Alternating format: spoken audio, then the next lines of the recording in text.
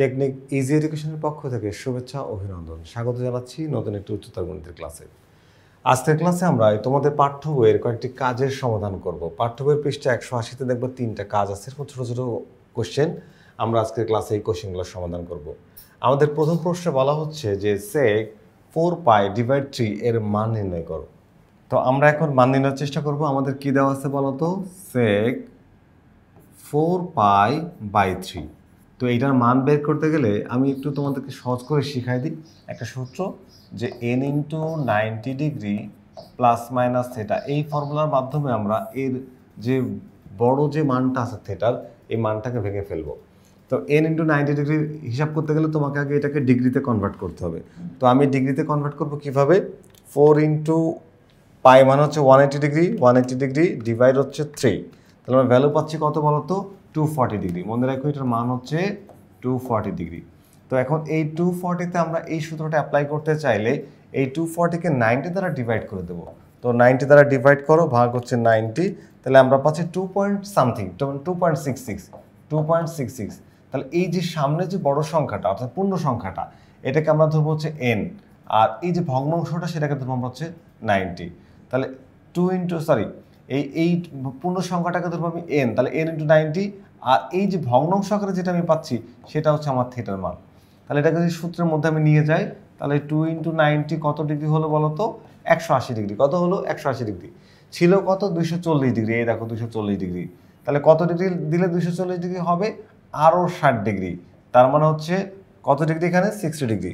এই আমরা দিয়ে দিলাম 60 ডিগ্রি। এবার এই যে ভাঙার পরে যেটা হলো, এই জিনিসটাকে আমি এখানে বসাবো।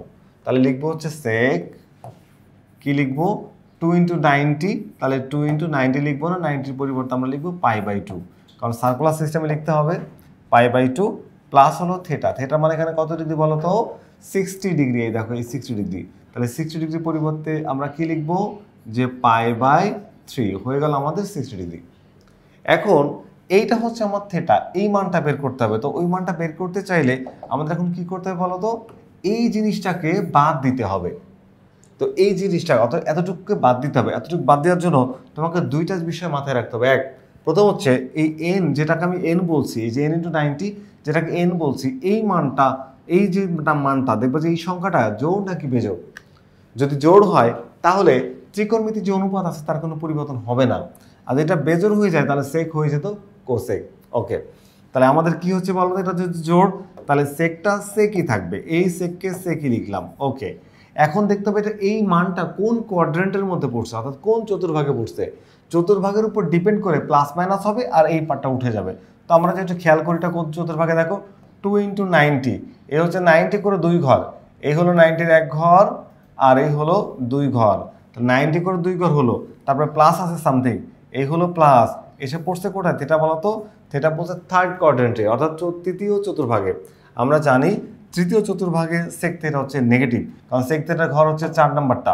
তো 3 নাম্বার ঘরে সেক কিন্তু নেগেটিভ, তাহলে একটা মাইনাস চিহ্ন দাও।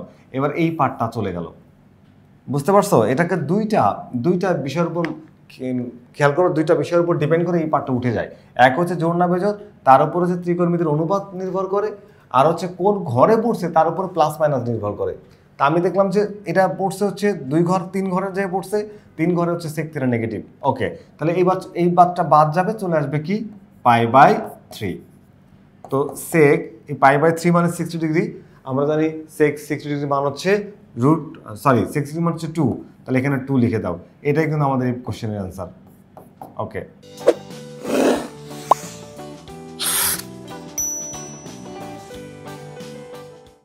আশা করি তোমরা এই ছোট্ট প্রশ্নের সমাধানটা বুঝতে পেরেছো। এবার চলো পরের কোশ্চেনটা সমাধান করার চেষ্টা করি।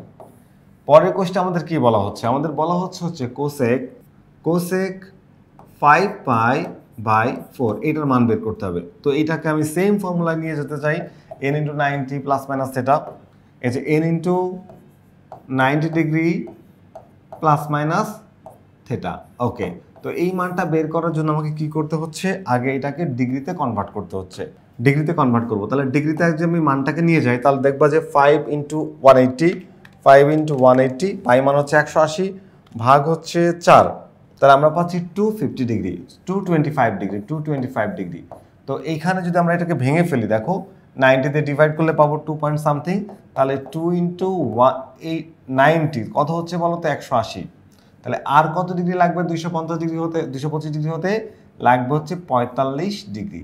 ওকে দেখো, কারণ এই যে ঠিক আছে 2 ইন্টু 90 180 যোগ হচ্ছে 45 225 হয়ে গেল। তো আমরা এখানে এখন এই মানটাই বসায় দিতে চাচ্ছি। তাহলে কোসেক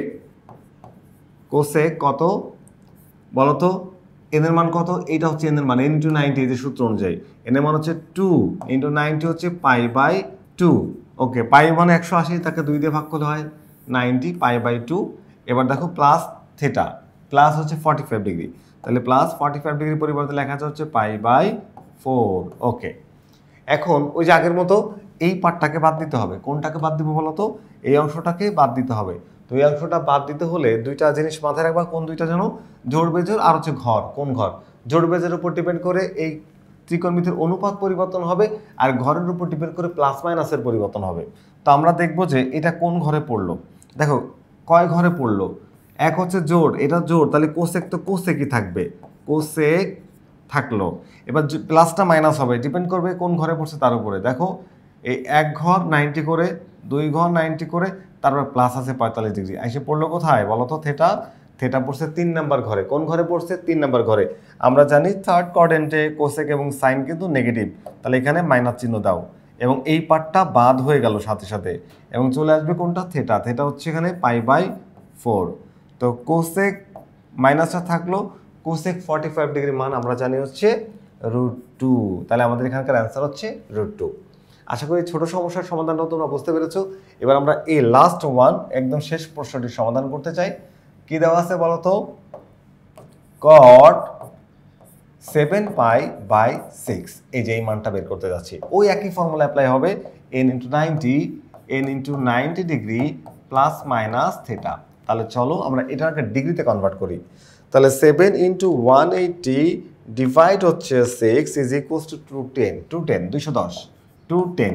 তাহলে আমরা যদি এখানে সূত্রে অ্যাপ্লাই করি, ধরো 2 গুণ 90 কত হচ্ছে বলো তো, দেখো তো n ইন্টু 90, 2 ইন্টু 90 হলো তাহলে 180, তাহলে আরও কত লাগবে বলো তো, আরও লাগবে 30 ডিগ্রি।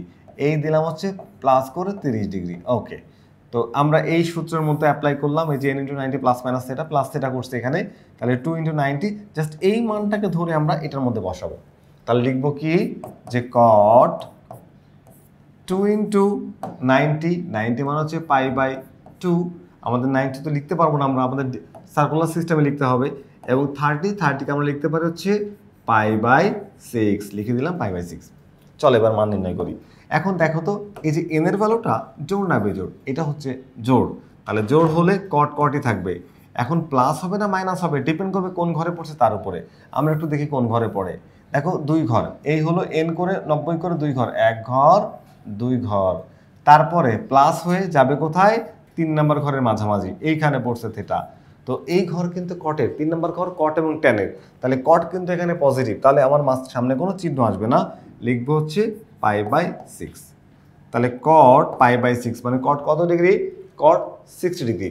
কট 60 ডিগ্রির মান হচ্ছে, কট পাই বাই 6 হচ্ছে কট 30 ডিগ্রি। কট 30 এর মান কি বলো তো, কস 30 এর মান হচ্ছে √3। ক্যালকুলেটরে দেখে তুমি এই মানটা পাবা না, তুমি হচ্ছে যদি মনে করো আগে থেকে তোমার মুখস্থ থাকে তাহলে তো ভালো, আর নাহলে ক্যালকুলেটর তুমি বের করতে পারবা, সেক্ষেত্রে তোমাকে কি করতে হবে, 1/tan30 লিখলে তুমি সেই মানটা পেয়ে যাবা। আশা করি এই যে সমস্যার সমাধানটি তোমরা নিশ্চয়ই বুঝতে পেরেছো। তাহলে পরবর্তী ক্লাসে আবার নতুন কোনো গাণিতিক সমস্যা নিয়ে দেখা হবে, ততক্ষণ পর্যন্ত সবাই ভালো থেকো।